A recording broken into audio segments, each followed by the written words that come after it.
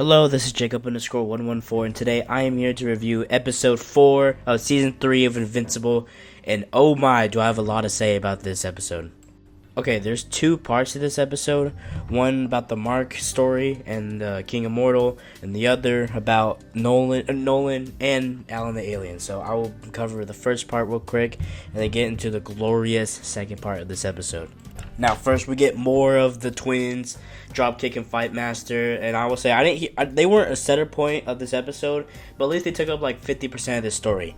And oh my gosh, just Zolo Mardiana does just such a good job of voicing these two characters at the same time. Just like how Jim Carrey did a good job of playing two characters in Sonic 3, Zola Mandana did a great job voice acting these two, and I absolutely loved his performance, mainly because I know him from the Cobra Kai and Blue Beetle movie, but overall his performance is so great. Now, the future setting of this episode, where Mark goes into the future because of the Fight Master and Dropkick, that was a pretty cold opening, to be honest. Like, of course, like, there's some small grounded things of this episode, but how they go into the future, how they like really like track into this plot is really great. But what they do with this future setting on who's ruling over it is really, really menacing. But before I get into that, there's one thing I forgot. It was so cold how not even in 5 seconds, Mark broke into the Pentagon and interrogated Cecil over like one misunderstanding. And this is like the littlest misunderstanding. And like, it's so cold, and it surely shows off Mark's power. Of course, Cecil still has that little like annoying thing that he uses against Mark, but still, he was holding his own against Reaniman for a while. He really was. I mean, back into the future stuff.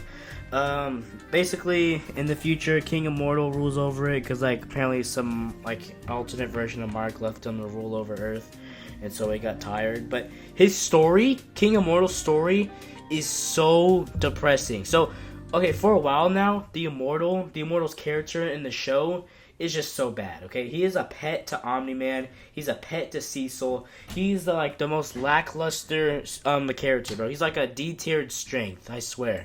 But this story really develops on his entire character. Even if it's an alternate version in the future, it really, really develops on the Immortal's character, and it gives him emotion. It gives him a reason why he's always like this. Like in season 2, when he was depressed when Duplicate died, this episode emphasized why he was like that. It's so well done.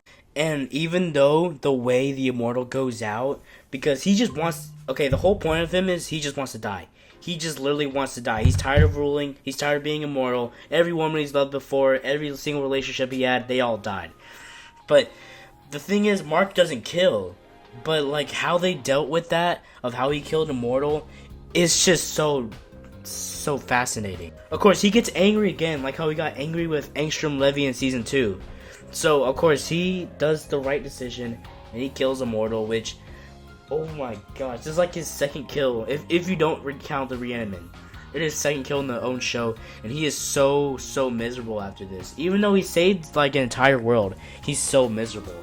And also, and like, there's one point in this episode where it does a little thing where it shows Mark from the future grabbing something, and he asks, why am I so miserable? And then towards the end of the whole plot line with King Immortal, it is so good of those parallels. It's just, I can't really fasten. I really like, I know it might be glazed, but this like part of the episode was so really good and significant. I think it was a great introduction to the episode. And then, of course, Mark and Eve, they develop on their relationship, which is all cute and all, which I'm glad they did that, because it feels wrong for Mark and Amber to be in a relationship, because Amber has no powers and she's mostly a sideline D-tier character.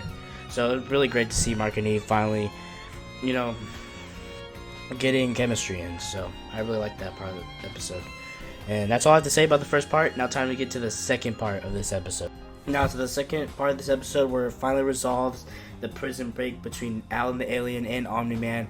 And finally we get a new contender in this prison break. Battle Beast. Now, okay, this first off, it starts with of course, Alan, the recap of him trying to get executed but it doesn't work. So now Omni-Man's about to get executed, and I think it was really close to him being executed until finally hope arrived.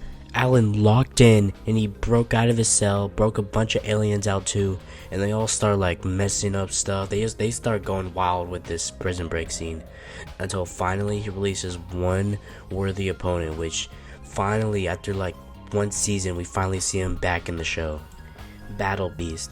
And now, like last season when we saw him in season 1, he only said like 1 or maybe 2 lines, so he wasn't really that memorable, but he really does live up to the name Battle Beast, and he really just loves the game of fighting, and he wants to fight a worthy opponent like the Viltrumites. So this is what makes that episode so good, because of how worthy his scene was, how really brutal Battle Beast was, and how they worked together to get Omni-Man out of jail. And there's one fatal blow in this episode between Omni-Man and Alan that they somehow pull off against the Viltrumite, and it is so brutal. Like, it's probably, like, I know I've been saying this a lot about the show, but I'm being so for real when I say this. This final blow was so brutal between Alan and Omni-Man.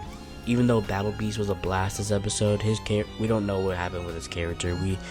If I'm being so honest, like, I don't know where he went after this episode, but we'll probably see like in the upcoming weeks or maybe next season.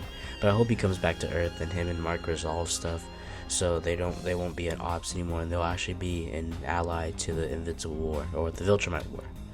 But yeah, this was really good, showing some good action, some good blood, and some good development between Omni-Man and Alan the Alien. And yeah, so this episode was pretty solid this a couple weeks ago. So I'm about to give this episode an 8.5. This is on level with episode 1 through 3 that I watched a couple days ago. So that's how good Invincible season 3 episode 4 was. I'll review episode 5 in a little bit, but this has been Jacob_114, and I will see y'all in the next video. Goodbye, everybody.